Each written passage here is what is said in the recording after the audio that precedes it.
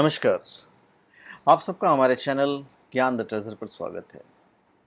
इस वीडियो में हम आपको बताएंगे कि आचार्य ओशो ने शराब और मांसाहार के बारे में क्या कहा है।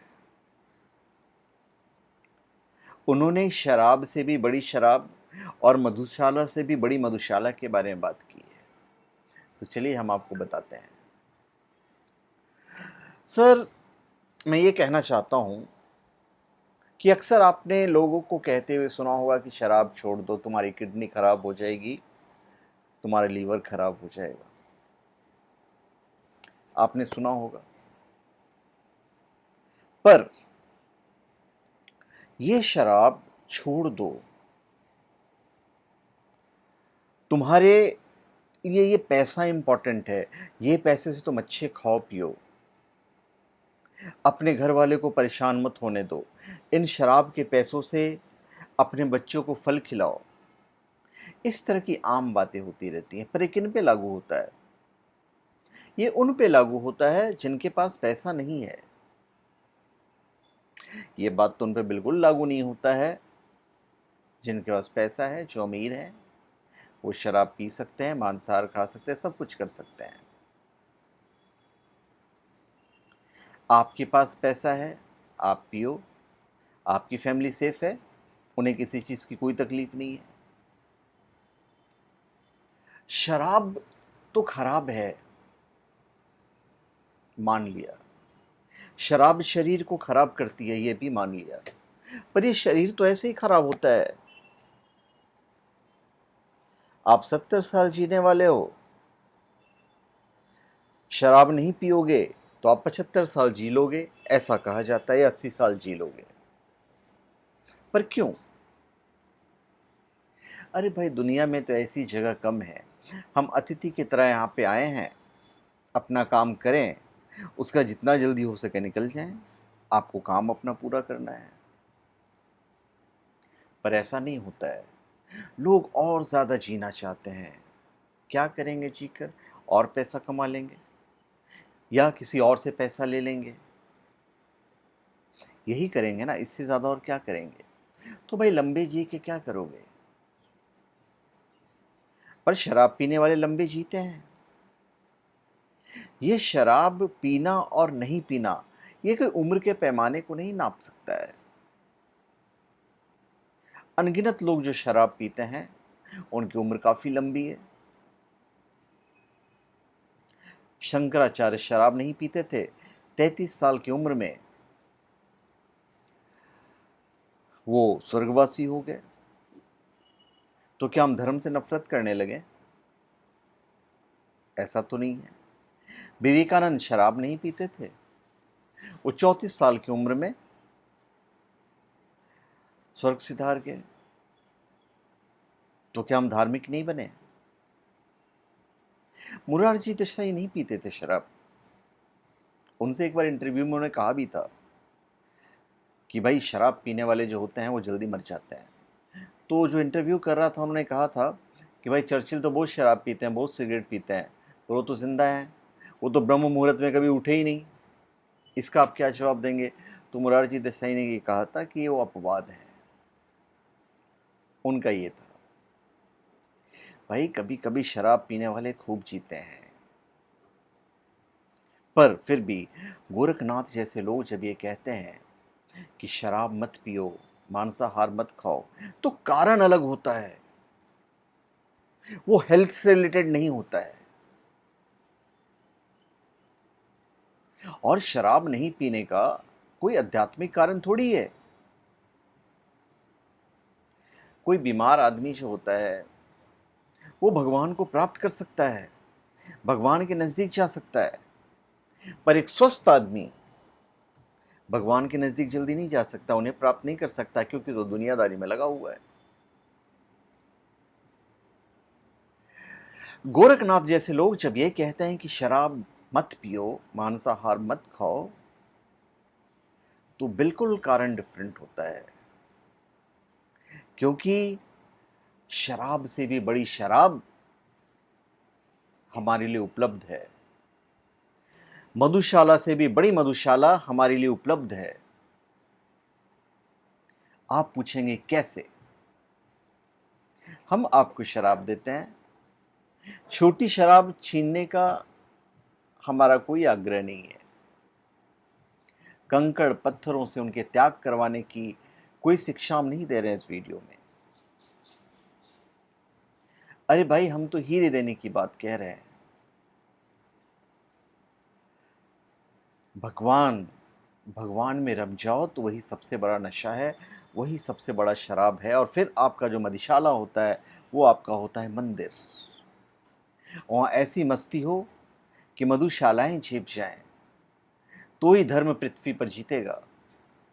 नहीं तो धार्मिक तो लगता है बिल्कुल रूखा सूखा। शराबी ही ज्यादा मस्त मालूम होते हैं। शराब में कभी कभी फूल की झलक भी मिल जाती है। आप पूछेंगे भाई फूल की झलक कैसी है? तो भाई भक्ति यानी कि शराब, शांडिल्य यानी कि शराबी, भक्त का मंदिर यानी कि मधुशाला, मादकता, माधुर्य, परमात्मा को पियो, फिर कोई और शराब पीने जैसा रही नहीं जाएगा। जो लोग शराब पीते हैं वो इसलिए पीते हैं कि उनकी असली खोज तो परमात्मा की है और परमात्मा मिलता नहीं। असली खोज तो ये है कि कैसे अपने को डुबो दें, लेकिन ऐसी जगह कोई मिलती नहीं जहां डुबो दें। तो चलो भुला लें। डूबना तो होता नहीं तो थोड़ी देर को भुला लें। तो शराब थोड़ी देर की भ्रांति देती है कि हम भूल गए अपने को। अहंकार बहुत पीड़ा है।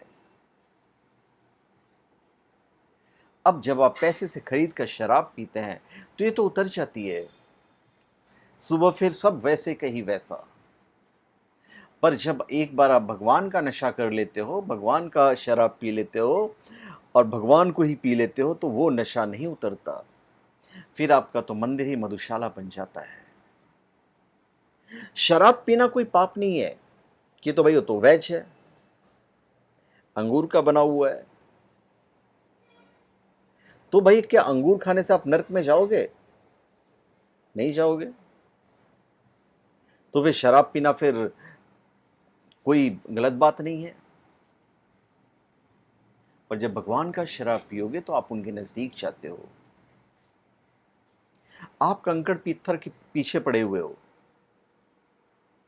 आप कंकड़ पत्थर के पीछे पड़े हुए हो, जबकि हीरे और जवाहरात को आप प्राप्त कर सकते हो। मांस खाने से भी कोई नरक नहीं जाता है।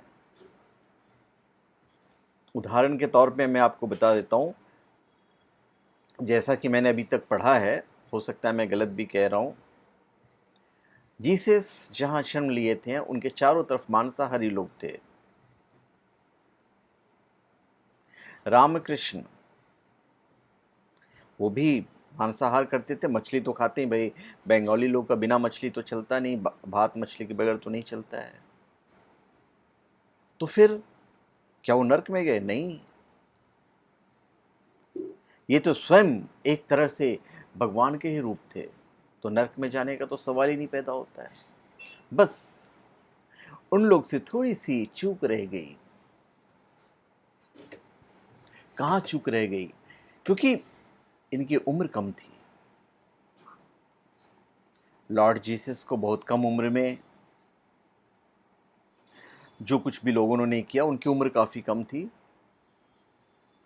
तो उनसे थोड़ी चूक रह गई। और थोड़े दिन और वो जिंदा रह जाते तो शायद वो समाज को सुधार देते और शायद वो मांसाहार भी छोड़ देते।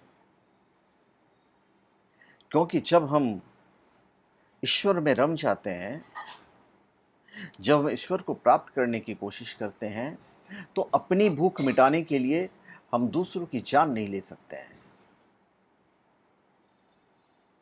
और जब हम जान लेते भी हैं तो आप सिर्फ एक शरीर को मार रहे हो, आत्मा तो मरती ही नहीं है। भगवान श्री कृष्ण ने कहा कि आत्मा तो मरती ही नहीं है।